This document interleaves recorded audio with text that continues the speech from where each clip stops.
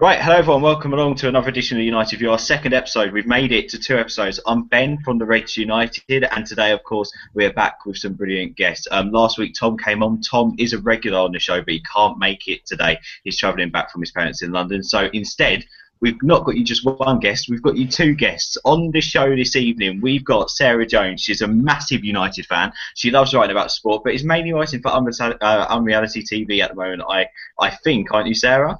I am, yeah, US TV. Right, there we go. We all love a bit of US TV, Breaking Bad, a lot. Sarah, thanks for coming on. No problem. And we've also got a guy who I know really well, and a guy you probably follow on Twitter but don't know it. This guy is a massive Red, and he has a huge range of opinions. I cannot wait to get chatting to him this evening. Twitter love him, over 15,000 followers, and is a massive United fan, very passionate. Shaun, thank you for coming on, mate. Thanks for having me, Ben. Lovely. Now, we've got to start, of course, with the Burnley game. We'll get to some other points in just a moment. If you want to join in while we're talking, comment on the comment boxes. Make sure you subscribe to us or tweet us at the United View. You can get in touch with us just by writing in the comment box on YouTube or tweeting us at the United View. Right, sure. Let's start with the United game first of all. A bit of a shaky start, to say the least, against Burnley at Turf Moor. Yeah, well, did we actually get going at all, really? I think that the teams are just going to get at us this season now, because obviously they know we're a little bit frail at the back. Just go for the jugular straight away, really. At the start, that free kick within the first 3 minutes, the hair rooted to the spot. Maybe had they have scored that, maybe that would have spurred us on. It certainly would have done in the past. Yeah, no, definitely. And of course, the back three. I mean, when I was watching the game, so I don't know if you agree. As soon as we kicked off, the back three just almost immediately looked like, you know what? I don't really fancy kicking it around here. I don't really fancy putting my feet in. I'm just going to launch it forward. The thing is with the back three, I always class, but when I watch a back three, that when you have a back three, they're like three competent centre-backs that are strong enough to play in that formation. Number one, I don't think we've got the competent centre-backs to play that formation, but the ones who are there, they don't look like they've ever played together. They just look completely like they've never... I mean, I know it's a new formation, it'll take time, but they look completely clueless. And I think that's affecting us as we're going forward, because the defence are passing out and nobody knows where anyone is. That's one of the big problems. Yeah, no, that is actually spot on. I mean, it was a shaky start. We was all worried as soon as it kicked off. Then all of a sudden, Burnley had a free kick out of nothing, and they hit the bar. Shaun, at that moment, did you think, here we go again?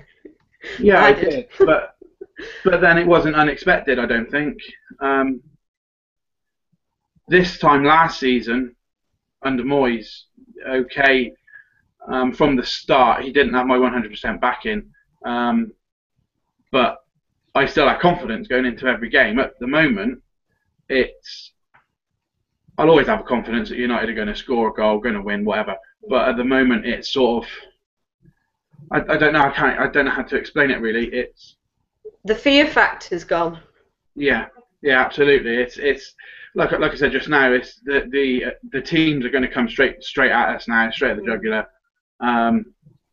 Like in the MK Dons game, as soon as they scored that goal, our confidence just, it vanished. Plummeted, yeah, definitely. And they just went for us.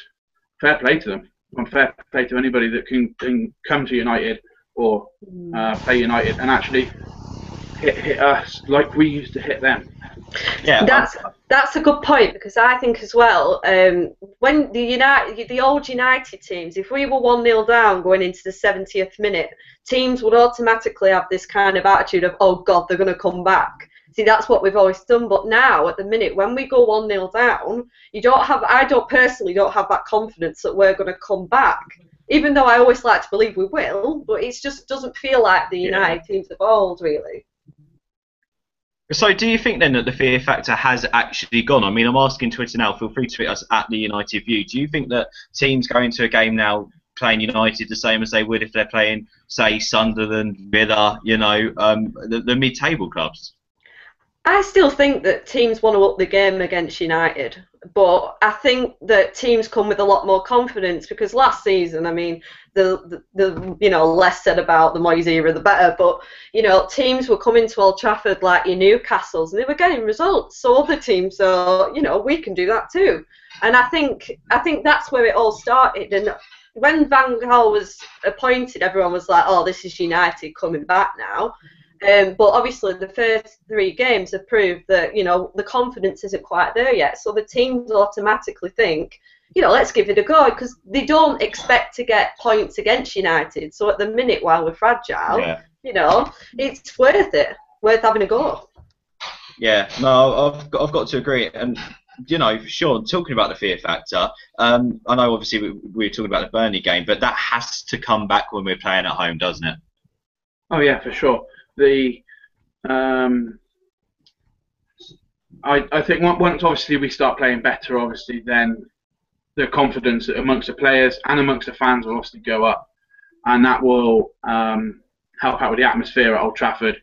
I was there for the Swansea game. I don't get to many games because of my location in the country, but when I do go, I often get called. Can't think what it is now. The word's gone off my tongue, but I just want to get there. I want to get in the crowd. I want to sing. I want to clap. I want to chant. I want to cheer the team on. I was sat in North Stand for Swansea game, and it was silent. That's not what I wanted. Okay, I don't go very often, but when I do go. A day tripper, that's the one. I get called a day tripper a lot because I don't go very often. I'd love to go every game. I'm just not in a position to do so at the moment. But when I do go, I want the atmosphere to be up. And the way that we're playing at the moment, the confidence is down with the team, the squad, the fans. But yeah, once we start playing better, the fear factor will come back. And we need that back as soon as possible. We can't be dropping points at home to Swansea, West Brom like last season. I think it was West Brom last season that really started the rock. Yeah, and I've got to say, talking about fans quickly, I know that's at home, but talking about the away fans, the guys who travel to MK Dons, the guys who travel to Turf Moor, absolutely best fans in the world, undoubtedly. From the first minute at Turf Moor, the only fans I could hear in that ground were United fans, and they did not deserve the performance they got. You could just hear them; they were amazing. I got some stick on Twitter after the MK Dons game, and to be honest, I'm meant to be talking about the Burnley game, but this is other chat's go. I said that United should refund every ticket bought by a United fan for that MK Dons game because one, the fans do not deserve to see their team play like that, and for two, the fans spend the money on the tickets to get better than that. I mean, Sean, if you went up to that game and you're a road trip United fan, so to speak, load of rubbish, would you leave that game thinking, oh, I've just seen my boys play, I've just seen my team play, or would you leave that game thinking, this is a pile of shite? I almost did go. That sort of last minute, I was offered a ticket sort of 4 hours before the kickoff, and it would have been touch and go for me to get there. So I decided not to go, and there's a big part of me that's glad I didn't. With I feel the same. with the ticket price and travelling to get there, I would have spent nearly 80 quid, I would imagine. Yeah. And just what you were saying then about people getting refunds, I would have bought a spare, so I wouldn't have had a refund. Yeah, no, that's true. Going over to Twitter now, if you want to tweet anything we're talking about, tweet us your views at the United View on Twitter, or use the comment box. I believe it's this side of the YouTube page. You can interact with other Reds watching right now. Hello to Dara, who's watching us. Evening, Dara. Yes, teams are getting into United's faces now. Teams can get belief that they can get something out of the game just by watching us play. Hello as well to Vic, who says definitely on and off the pitch. Also, hello to Nitash, at Nitash on Twitter. He says, asking if the fear factor has gone at United is like asking if you fear an injured Mike Tyson. That's a very good description, actually. Yeah, well, to be fair though, I would still fear an injured Mike Tyson. You just don't know, Yeah, do you? you just don't know what's going to happen, do you? And But going then back to the that's point, the same with United, though, isn't it? We just don't know what's going to happen every game. Yeah, yeah, you Although, never know if somebody's going to have that little spark of magic, or we're just going to play like utter garbage well, as we have been doing. talking about a spark of magic, Sarah, DAY15 has got in touch. Hello, mate. He says the fear factor will be back with Di Maria, and the confidence after Van Gaal can just gel him into the team. To be honest, I think that's why we brought him, haven't we? We need someone there who the players can, And going back to the ticket situation quickly, at Gregor_the God has got in touch saying this is my third season as a season ticket holder, and the fans haven't changed at all. So loud and passionate. I think every United fan is very passionate. Right, let's go back to the Burnley game, shall we? Anyway, let's carry on talking about the Burnley game. They hit the bar. That's where we were. We was in the first 5 minutes of the Burnley game. We already started off. Here we go again. Let's fast forward, shall we? Di Maria gets the ball on the halfway line, left foot. He finds the chest to Robin van Persie, the lethal striker that is. And for me, he wasted a great chance there. I mean, Sarah, what do you think about that? Personally, out of every player on that pitch, Di Maria was the most impressive for me. He has that little bit of something different. He has that passing ability. When he signed, everyone was like, "Oh, United have wasted 60 million on a player." But at the end of the day, how many players at the quality of Di Maria do we have in that squad? It's like saying if Ronaldo was available, would you not buy him just because we don't need him in that position? He's a brilliant player, and anybody who's watching Madrid over the last season or so, even the Champions League final, he's brilliant. And he showed the ability that he had, but he wasn't getting the support from the other players. And I mean, when he gels into the team in time, hopefully that will come. But I think he's going to be amazing for United long term. I really do. Yeah, Shaun. What about Robin van Persie? I mean, Di Maria, of course, he was a stand-up player in the game, but a quick word on Robin van Persie. He didn't seem up to it, did he? Still easing his way back in after his long World Cup break. Van Gaal has obviously kept saying over the past few weeks that he wasn't fit, he needed the extra time, so he's still coming up to match fitness speed. You might say he's not had a pre-season either, has he, really? So that doesn't help. I don't think he looks fit at all. No, he doesn't. When I saw the newspaper reports last night that he may need surgery, it sort of, I won't say alarm bells rung, because I didn't think he looked fit anyway. It just sort of confirms that. We don't need another injury though, that's for sure. I've lost count. When Mata limped off with his hamstring, I was thinking, here we go, here's another 8 week delay. Our physio should get a pay rise, to be honest. Bloody hell. Well, Rob Swire left, didn't he, last summer? And ever since we've had injuries of a few. I mean, we talked about there Van Persie looking fatigued. I mean, not looking up to the races. I mean, he could face 4 months out, I believe, with this knee ligament injury. He got the injury, Shaun. Do you remember the game against Olympiacos? Right in the last minute, he scored a hat trick. He got us through. That's when he got the injury. Now he was meant to have an operation, but Louis van Gaal wanted him at the World Cup, so he's been playing, and United have been managing it towards the end of the season, and Holland managed it. Apparently, if he had it in February, he would have missed the World Cup. So that says about 4 months. So if he has it now, he could be back for the new year. What would you make him have the operation now? I mean, he isn't up to full fitness. What have we got to lose? Make him have the operation. We could change our formation. All the formation talk out the window, because we could change our formation to a 4-3-3 and go for the lone striker of Wada. I mean, what do you think? Would Sarah quickly? What do you reckon? Would you let him have it now? Or would you wait till the start of the year? I would wait. I'm torn because of the amount of injuries we've got already. But Paul, like you said about the formation, we could easily put Rooney and Mata in behind. There is a way of managing it, but Welbeck could play in the forward role. But I'm just not sure. I mean, for his sake, I would have it done. I would let him have it done. But I just worry long term about the injuries for United. But it could make it worse, I don't know. I think the interesting thing is that obviously, as you say, he picked the injury up in February. So whilst we still had Moyes, how persuaded us, persuaded Robin, and persuaded United not to have that operation until after the World Cup, and now Van Gaal has shot himself in the foot, really. lost his. Well, he has really, hasn't he? Because I bet he didn't foresee him becoming United manager when he tried to convince when he convinced Van Persie to not have the op. And to be quite honest, during the World Cup, apart from the game against Spain, I know obviously he's one of their best players, the Dutch best players, but he didn't really shine at the World Cup either, to be fair. No. Robin was the man for Holland for me. So would they have really missed him had he have had that operation and not played in the World Cup? I don't It's a suppose tough they one, could isn't it? see that before, though, because if you're going into a World Cup, you want all your best players, don't you? And I mean, if I'm a Dutch fan, I'm thinking I want Van Persie leading that line. But like you said, he didn't impress too much in the World Cup. But that's what happens when you take an unfit player. Not to managers. Yeah, well, at the United View, of course, we're on Twitter, and you can comment in the comment box. These guys, Sarah and Shaun, are having their opinions on all the talking points. So are you guys on YouTube right now. Hello to That Gamer. Says, let Robin Van Persie go and have his operation now. It'd mean that we could play 4-3-3. Hello to Berisham as well, who says, just one hint, we played in pre-season better football without Robin Van Persie. Yeah, absolutely. Absolutely true. Hello as well. Formation, similar players.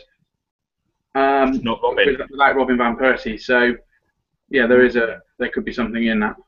Maybe. Hello to Kamikaze as well, who says we could. Sorry, is that Kamikaze? Nope, you said a different one. Hello to Nitash, who says we could have his surgery done. We got Welbeck still unsold, and James Wilson is in excellent form. No, He deserves his chance. He deserves his chance so much. Don't start on James Wilson. I am the biggest James Wilson fan on this planet. I absolutely love him. Hello to, who's this on Twitter? I can't see his name. At @arc_17, who says now with an exclamation mark. Lou Van Gaal, if you're watching. Hello as well to Joshua, who says, have the operation now. This gives the other youngsters a chance. And if we wait, the injury could get worse and he could be out for longer. All true points, all very true points. At the United View, keep them coming. So, Robin had that chance. He looked a bit fatigued. We've discussed that. We discussed how great Di Maria looked. But what about Juan Mata? I mean, I remember he had that chance. It was in the first 20, 30 minutes. Di Maria got the ball out wide. He pulled it back on his left foot. And it comes to Mata. Now, I'm no professional footballer.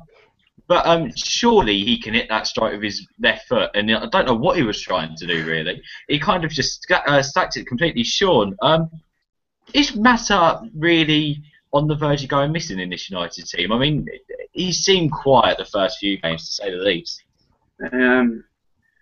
Yeah, I think he is. I think before yesterday's game, he had a stat of something like 7 goals in 8 games going back to last season. I think a couple of those goals came in one game against Newcastle. So Yeah. the stats lie. They lie all the time. Yeah, I think there is the opposite. Yeah, he is going missing. Whether that's because of the link up between the midfield and himself, or what, I don't know, or whether it's I don't know. But let's not forget that Jose Mourinho couldn't fit him into his team either. True. Yeah, that's true. That is very true. I mean, other than that Mata chance, to be honest, the only other thing which comes to mind in the Burnley game, I think we kind of grew into it. It might be, we'll talk about our thoughts in more detail on the game and about if we are growing, if we are improving. But I thought we grew into the game, really. I think we were the better side at Turf Moor, as I'd like us to be, but I think they also dealt with us quite easily, which is a worry. There was a bit of pressure at the end, and there was a chance of a penalty, Sarah. Young, his strike. I mean, in the first half, he got a little tug. I don't really think that was a penalty, but he hit it. Was that a handball? Should we have had a penalty there? There's two sides to this. Personally, I thought it was on first glance, but then again, you're the referee, you're looking.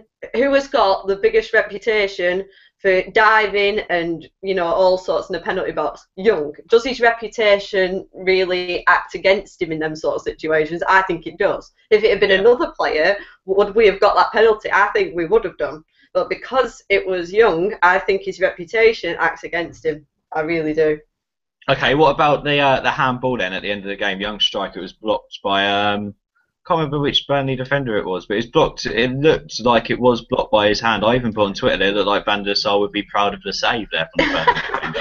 I thought it was a penalty, but the thing is, we didn't really do enough to win, really. So No, I think, as much as I'd have liked that penalty and we'd have got a scrappy 1-0, I'd have been over the moon with that. But we didn't really do enough to win, so I can't really moan about the penalty decision when really it's not like we had chance after chance and we were so unfortunate, you know. Yeah, that's true. Shaun, what do you reckon, mate? I think obviously it all happened so quickly. Like you said, a referee, he's the one it's his view that matters. He said it wasn't a penalty. I know I was watching Match of the Day last night. I know that they're not great for, giving United anything. You're brave watching Match of the Day. I haven't watched it in 3 weeks. But they slowed it down and they actually said that the ball hit the guy's body and then onto his arm first. Which, yes, it's still handball, but it's if it's sort of hitting you here and then bounces up, there's not an awful lot he could do about it. So that's what they were offering. It wasn't a penalty. Well, then again, though, I'd extend the argument that I thought his arms were more out there. And if he's stretching his arms out, surely then his arms are in a more vulnerable position for him to give away a penalty. For me, his arms were stretched out. So if it hits his body or not, his arms shouldn't be like that in the penalty box. It's like, if you're on the line, say you're on the line and you've got your hands up like that, on the line, and then the ball hits your hand. And I think this discussion proves that the rules about handballs need to be more clearly specified. Because what are you supposed to do? Is it ball to hand or? You need to sort that bit out. Let's not mention Tim Howard. He's got his own rules, isn't he? No, it's against Chelsea, so who cares? Right. Hello to we asked our Twitter earlier on if you do want to get involved at any time with the United View. We're always on Twitter at the United View. Give us a follow. We'll follow you back. Earlier on, we asked our tweeters 3 words to describe the performance at Turf Moor. We've got a few here. Ulster's Finest says need more width. DA15 says better badly but supported. Hello to Hassan who says Di Maria, Di Maria, Di Maria. I think that's actually 6 words actually with all the D's in there. Hello to Shafiq who says 433. I like that. Hello to G Street who says not good enough. Hello to Daniel who just plainly says shitty long balls. There we go. That's, to be fair, that is true. Hello to Jason, who says same old story. I mean, is it getting a bit repetitive now, do you think, our performances? Shaun, first of all, let's come to you. Yeah, we are. We have been very repetitive and predictable. Long ball, straight up. I like Tyler Blackett a lot, but he does seem to just punt the ball straight up the field. Failing that from midfield, if Young actually goes past the halfway line forward. Which he did do. To his credit, he did do. He passed it back more times, but or to Valencia out on the right, who did get forward yesterday and was faced with his man and then just booted the ball at the guy's shins.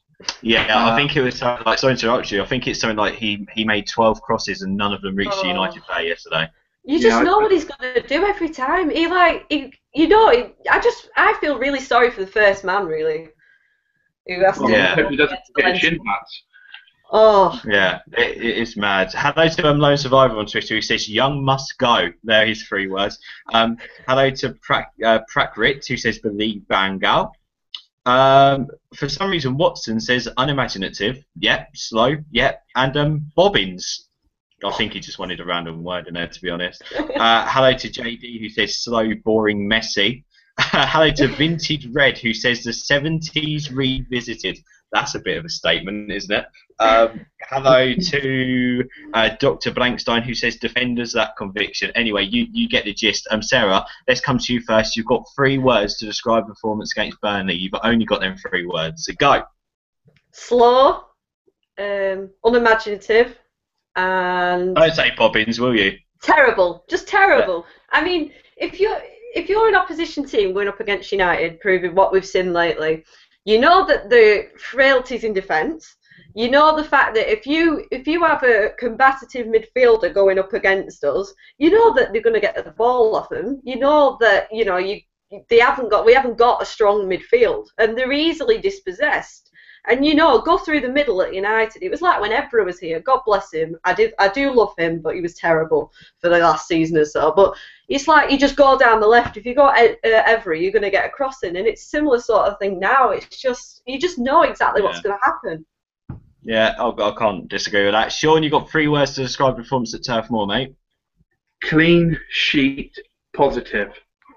Yeah, I mean, a few people used a positive word. A few people completely disagree with a positive word. Do you think there has been an improvement? Did you see? Fair enough. It was Burnley. I mean, I don't know who's improved less, Leicester or Burnley, in terms of their squad. I mean, watching them both play, Burnley and Leicester have both put on really respectable displays in their first 3 games. I mean, did you see an improvement there at Turf Moor as the game went on, Sean? Yeah, as you said earlier on, we did come into the game.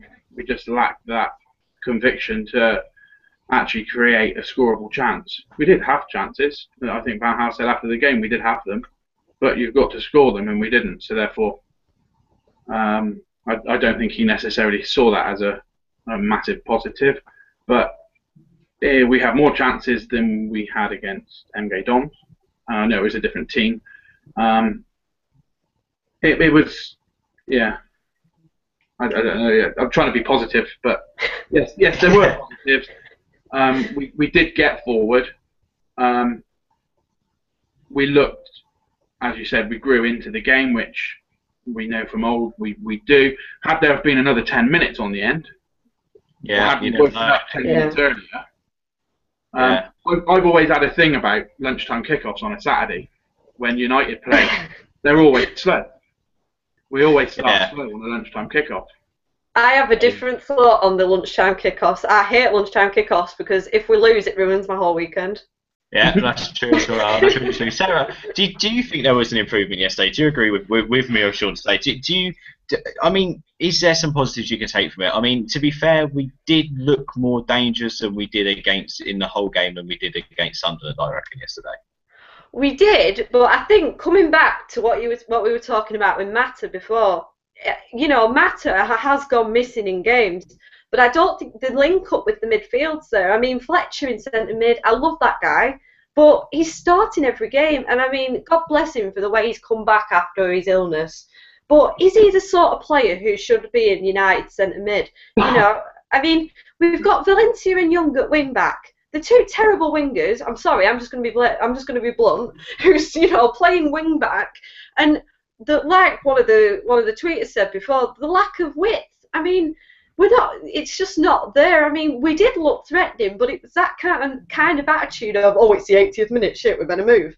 That was the kind of attitude for me, But there was improvement there. But pre-season, I was so hyped up. I was thinking, yes. We got results against Real Madrid, we got results against Liverpool, and I was thinking, hell yeah, we're going to go into this. My dad was even saying he's going to put money on United to win the league. He was that like, yeah. But now it's just gone really shit again. I've got to say, I kind of agree with Nitash on the YouTube chat. We're just over there. If you want to have a look at the YouTube chat, you can chat with other United fans who are watching us right now. Thank you for turning us on, by the way, guys. Nitash says the biggest difference between pre-season and now is Ander Herrera, and I've got to agree. He did bring some class to the midfield in pre-season. He did find them passes in behind. I mean, I can't wait for him to come back now. Anyway, we were talking about improvements. Hello to Matt, who says it was a definite improvement. We created more and kept a clean sheet. It's just going to be small steps. We won't just start winning straight away. And of course, after the international break, we're home to QPR. That is surely a massively winnable game. Surely, Sean. Surely. Well, we've got to win that game now. I think the international break's going to come just at the right time for us. I'm unsure of who has actually been called up from our squad to their international countries, but Mata hasn't, but then he's got that twinge. Obviously, Shaw hasn't. Welbeck's been called. Has Welbeck been called up for England? I'm not actually sure. Yeah, him, Rooney, and Jones. Yeah. I know De Gea's been Smalling. called up for No Spain. Smalling though. That's a shock because Roy Hodgson seems to really like Smalling. I'm currently not a massive fan of his form, but he's not. He's gone for carrying an injury at the moment. Is he? I thought that. Yeah, I think he is. Oh, I just thought he was left out of the team. I didn't know he was out injured. God, we need all the defenders we can get. Yeah. Anyway, yeah, Sean, as you were saying, sorry, mate. Yeah, so I think that during this international break, obviously the squad players that haven't been called up will be at Carrington.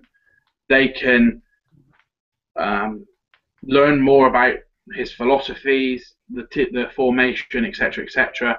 I think after the international break, we'll see a different Van Gaal as well. I think that there's been a lot of criticism that he's just sat on his backside. All of them, in fact, sat on their backsides in the dugout just watching. I think he's being very kind to them because he knows he's asked them to change their whole style of game to fit his philosophy formation. So if they're not quite performing to how he wants them to, he's not necessarily going to go out there, scream and shout at them, bollock them, whatever, because they're not used to it. Now, yes, a little bit of passion on the sidelines, get forward or whatever would be nice. Yeah. But I think I think once he's got the players he wants, so i.e. if anybody else comes in tomorrow, please don't. Once the injured players are back in, once you add Raphael, Shaw, Rojo, Herrera into the squad we've got at the moment. Even Daley Blind. You've got Raphael running up at the right instead of Valencia. Shaw going up the left instead of Young.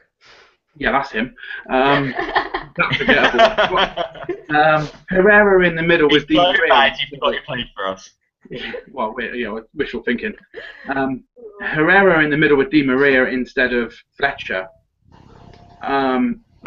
Just on yesterday's formation, those 4 players will just add such a lot of confidence to the whole team, and it'll add a lot of quality to the team as well. Hopefully, it will add a lot more quality to the team.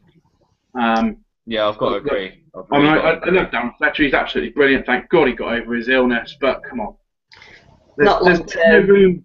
You can't have sentiment.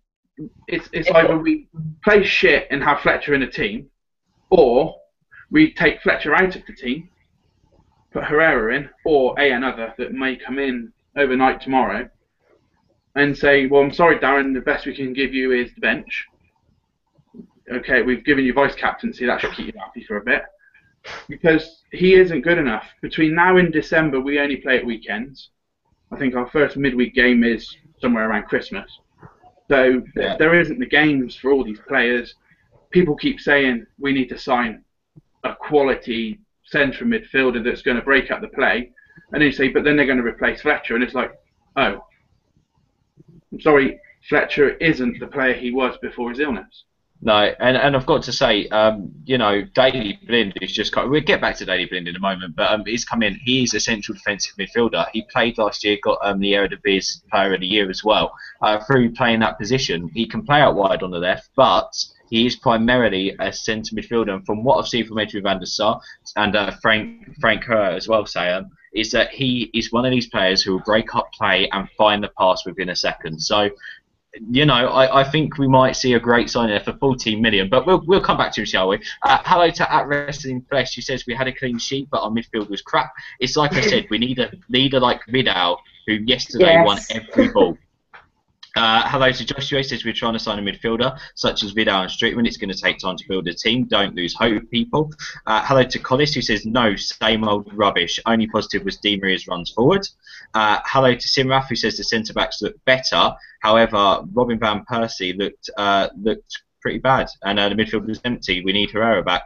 Hello to as well. Who's this here? Joshua says pre-season doesn't mean anything. It's the games that count. And hello to Evan, who says Van Gaal needs to get up out of his seat and we might see some improvement on the pitch. There we go. Anyway, Shaun, let's come back to you now because you was mentioning the formation. I need to mention the 3-4-5, the 3-5-2 formation. He keeps saying, Van Gaal, that he needs 3 months for it to start showing results. Can we afford to give it 3 months? What are we looking at? 3 months? 10 to 12 games? Can we afford to be 30 points off the top? No, we can't, not really.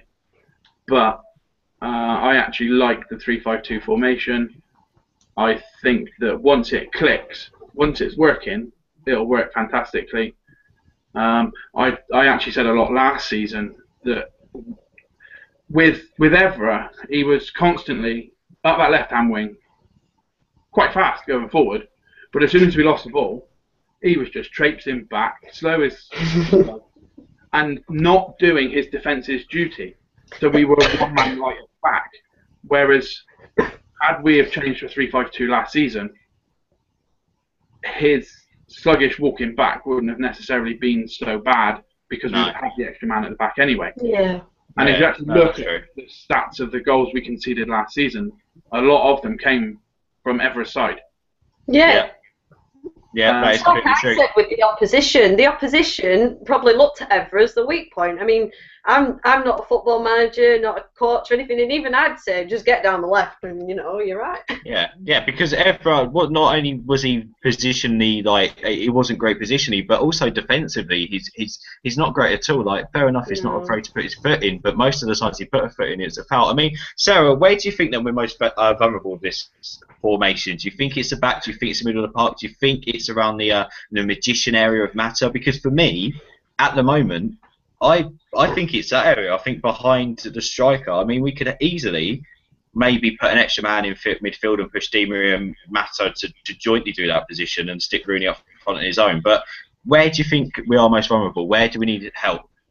I think at the minute we're very top heavy in terms of the forwards. We've got Mata, Van Persie, them sort of creative players, but we don't have the midfield to link up with them.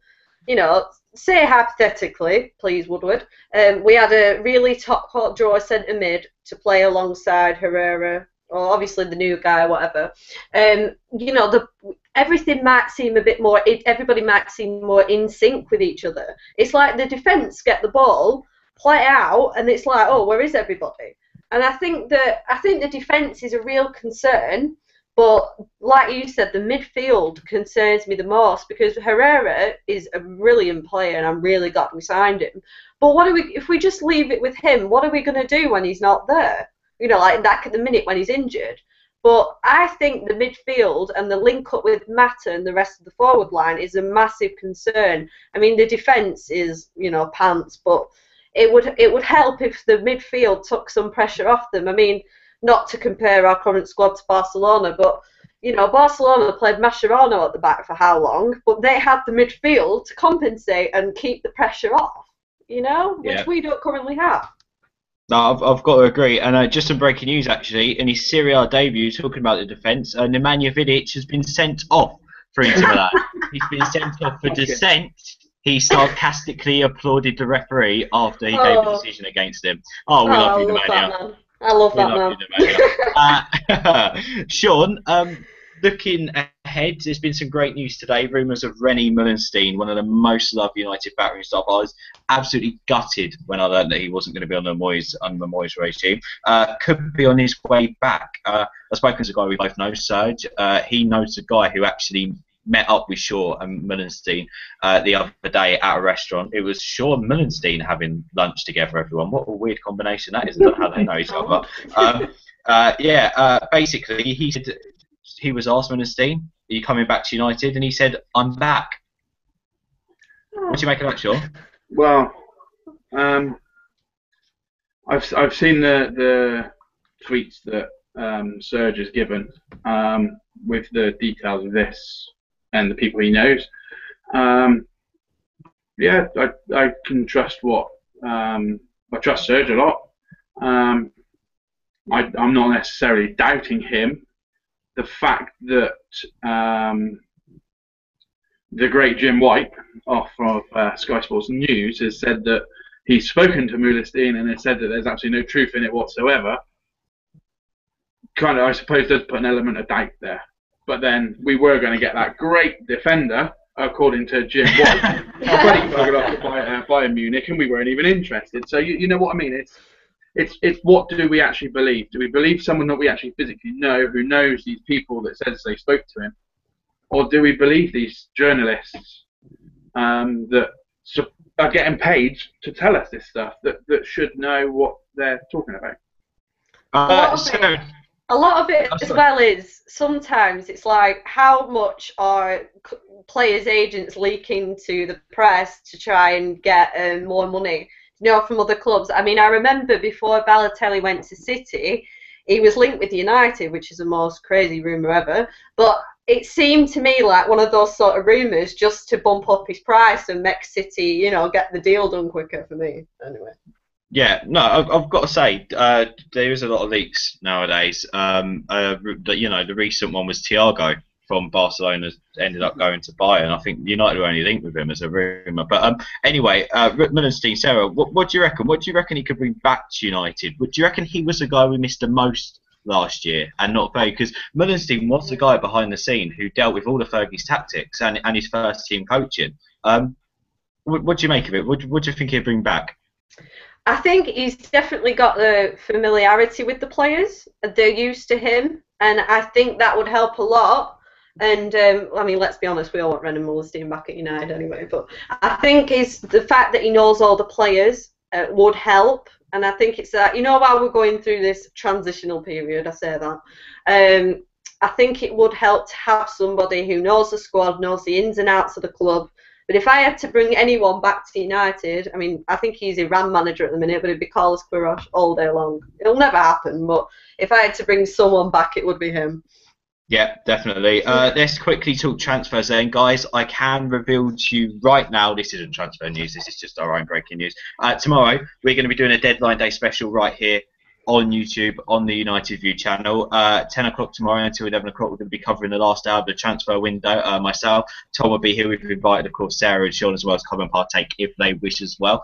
You can watch us instead of Jim White. I mean, it's the only day of the year he ever gets pleasure, deadline day, but feel free to come and watch us. We're going to be chatting United transfers, ins and outs.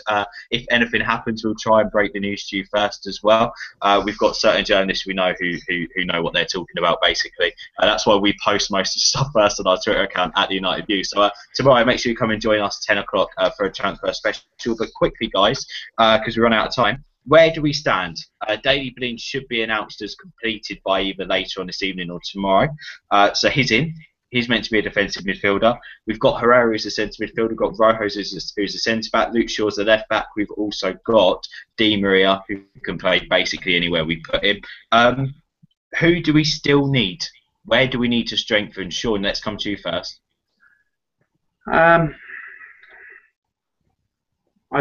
think we need another quality centre back and a quality midfielder. Also, with the rumours of Van Persie's upcoming supposed operation, Hernandez looks all set and done to go to Madrid on loan. Still, the question marks whether Welbeck's going out, so that would leave us with Rooney and Wilson. Wilson, obviously top quality, but I don't think he's. I think it's a season too soon to have him in the squad week in, week out. So, yeah, possibly someone up front, but I would like a defender, midfielder first.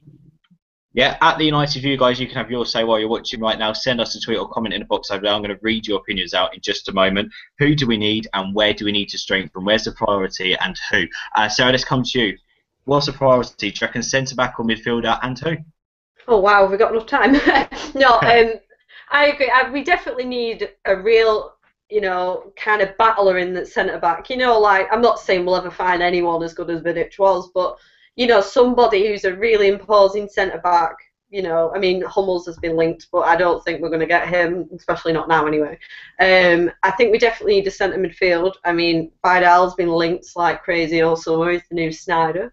But supposedly he's been waving goodbye to Juventus fans. I mean, I don't know how true that is, and we're only 5 million apart in valuation. I mean, personally, I'd love to see him come in, because I think we need one of them real hard bastards in midfield, and I think he would definitely fit that sort of quota. I'd love to see him come in a centre-back, but realistically, I think we might get a centre-mid. I'd like to hope so anyway, but who knows? Come on, Woodward, surprise us! Yeah, surprise us. We'd love a surprise. Hello to Nati, who says we need Bale, Ramos, Müller and Vidal. Wow. I can tell you one thing, mate, your dreams aren't coming true. Hello to DAY15, who says Vidal and the new centre-back. Hello to Joshua, who says don't listen to Jim White. about him saying Rene isn't coming back. Apparently, according to Jim White, his aeroplane's still in the sky and he's on his way to United. So there we go. Hello to also this evening watching us, to DIY also. It's just turned around and said Falcao. Falcao. Sean, you're saying about forward? Yeah, supposedly we've now been linked with Falcao. Whether, like Sarah was saying just now, someone's leaked a name to get a deal done because he's supposedly also linked with Man City. The only thing I would say on that, Sean, is the guy who his agent is George Mendes. Now, George Mendes has done the Di Maria deal. He done the Bebe deal. He done the Ronaldo deal. George Mendes, De Gea. George Mendes, his reputation with United is one of the best any agent could ever ask for. So, in terms of leaking information like that, I don't think he'd do it. I don't think he'd risk his reputation. I mean, true. Would you like to see Falcao, Sean? That's a no. Sarah, what? I'd like to see Falcao. I mean, but I come back to a tweet before that I read, and it was let me find it. If United are getting Vidal based on a minor knee surgery, what makes them think they're going to get Falcao, who tore his ACL? I mean, I think that's a very good point. I mean, he's a quality player. I mean, personally, I was disappointed that he was injured. I mean, the Colombia team at the World Cup were unreal to watch. I mean, imagine what they'd have done with Falcao there. I mean, I love him. I think he's a brilliant player. But is he what we need right now? If Van Persie's having the surgery, maybe. But I just don't think it'll happen, personally. I'd be very surprised if it did. Not that I would, be unhappy with that, because he's brilliant, but... I think I'd be a little bit upset if we lost Hernandez and Welbeck and didn't bring in a third choice striker. I think only one or the other will go. I mean, if Hernandez goes, I think Welbeck will stay, personally. And I've also got to say, I mean, you say third choice striker, you can't make Falcao a third choice striker, surely. No chance. Okay, third choice striker, probably the wrong word. Let's say a third striker. Right, yeah. You can I'd be quite happy if they brought James Wilson up as the fourth striker. Yeah. But I don't see that James Wilson is ready at the moment to be on the bench or in the starting lineup week in, week out. I'm a little bit concerned. I think so far he's had like three niggly injuries during warm-ups this season. So I was reading a tweet from somebody earlier on saying that at pitch level when he came on against MK Dons, it looks like he's filled out a bit. It looks like he's got taller. So he's obviously still growing. He's young as well, isn't he? So that's another thing. He's going to pick up stuff. He's still young. He's only, how old is he? 18, 19? 18, yeah. Yeah. So if we were calling him up to be our third striker along Rooney and Van Persie, I think I would be worried because he's picking up these niggly injuries. They might not be anything very much, but if he's what we've got there to rely on, yeah. After those two, whether Van Persie needs this surgery or not, whether he wait until next year for it, whatever, we need somebody there. I mean, Van Persie last season was injured. Rooney picked up injuries. We've got to compensate for these injuries. Everybody was bloody injured. Yeah, they were, to be fair. Yeah, I've got to say, Matt's just got in touch. I saw him play live in pre-season, and he stood out. He's talking about Falcao from any other player on the pitch. By the way, Robbie Savage just retweeted that we made a bid for Falcao. Really? So you don't know whether that could be a bit of deadline day action right there. Especially won't be done tonight. Might be announcement tomorrow. Who knows? But as far as I know, City want to pay 50 million to get him permanently. Madrid want him on a loan, and I don't know where that is. Anyway, hello to Chris, who says I think we need to get another quality midfielder and defender and start putting pressure on the players in the squad. Everyone should have someone attempting to take their position. Hello to at Wrestling Flesh, who said Vidal, only Vidal. He is a beast in defence. Hello to Benny, says the fact that we've scored 1 goal in 3 games means that we need a striker and a midfielder. Goals wins you games. If everyone is fit, I still believe we'll be defensively okay. Not great, but okay. And hello to Ching, who says we have 4 number 10s. Why do we need another striker? Well, Chicharito's on his way. We don't know about Welbeck. Van Persie might need to have an operation. Then we're left with James Wilson and Rooney. So, yeah. There we go. And apparently, guys, by the way, I'm just reading, Sky Sports are now breaking the news that United have submitted a bid for Falcao. Oh, tomorrow's going to be insane. Is that Sky Sports News or just on their website? I'm just reading here. It's the person who sent it to me is Pankyak, who's just sent me the message saying that it's come up Sky Italia. Oh, Sky Italia. God, we'll ignore that one then. Well, we've seen like 15 players this pre-season, so. Yeah, but you say that, but it's Tancredi Plameri who done it, and he's actually one of the reliable guys from Sky Italia. Oh, right. See, people usually make up transfer rumours, then stick Sky Italia on the end of it, and yeah. No, it is. It's Tancredi Plameri who's done it as well, and he's gone pretty big on it on his Twitter. So who knows what happens tomorrow? What I do know is you should all join us right here on the United View channel at 10 o'clock for the last hour. Well, that was fun, wasn't it? Yeah. Yeah. Shaun, thank you very much for coming on, mate. Thank you for your views. Hopefully we'll see you tomorrow if you can make it. Yeah, I'll see what I'm up to. Cheers, mate, and thank you, Sarah. Thank you for coming on. No I hope you enjoyed the debut. Yay, very cool. Yeah, just get to rant about United. It's all good. Next time, hopefully, when we chat, we'll be chatting about something great, whether it's tomorrow or after the next game. When we've won 4-0 against QPR. Hopefully, we can only hope, can't we? Of course, we will be back, as I said, tomorrow, 10 o'clock, doing a transfer deadline day special. The only other thing I've got to say is, of course, as it's the international break, there will be no The United View until after the next game on the Sunday. So I believe that is actually in 2 weeks' time. So we're looking at around about the 14th. I think. Do we play on the 13th? I think so. Not 100% sure. I've got the fixture in front of me. Anyway, guys, thank you for watching. Make sure you subscribe. We're subscribed back to you, the United View here on YouTube. And make sure you follow us on Twitter and send us your views on anything to do with United. We always have a debate and discussion with you online if you wish. At the United View, give us a follow. We'll follow you back. Other than that, hopefully we'll see you all tomorrow. And hopefully you'd rather see mine than Tom's face instead of Jim White's. I don't know. But anyway, thank you for watching. Yellow tie. Yay. You have to wear a yellow tie. You have to wear a yellow tie. Should I go out tomorrow and buy a yellow tie? I'll just wear it with a white t-shirt. I won't wear it with a shirt. Yeah, you need to be serious. We need the suit action going on here. You want a suit as well? I'm gonna have to change my my wallpaper in my house to a massive touchscreen board as well, and get my girlfriend to stand there pressing buttons. Yeah, you could get your girlfriend with that. You've got an iPad. If you've got an iPad, I have actually. you get to stand up and go, you know. Now, here's your girlfriend with the latest transfer news. Is Hernandez leaving? Well. I've got to say, the other day, she didn't even know who Joe Hart played for, so I don't think we're going to get very far, to be honest. Right, guys. She said Head and Shoulders, but I don't actually know if that is his team, but there we go. Guys, thank you for joining us once again. Thank you for coming on. I really appreciate it. Thank you for your support for watching as well. Make sure you subscribe, follow at the United View. We're done. Have a great evening, everyone. We'll see you tomorrow at 10 o'clock for Deadline Day. Way!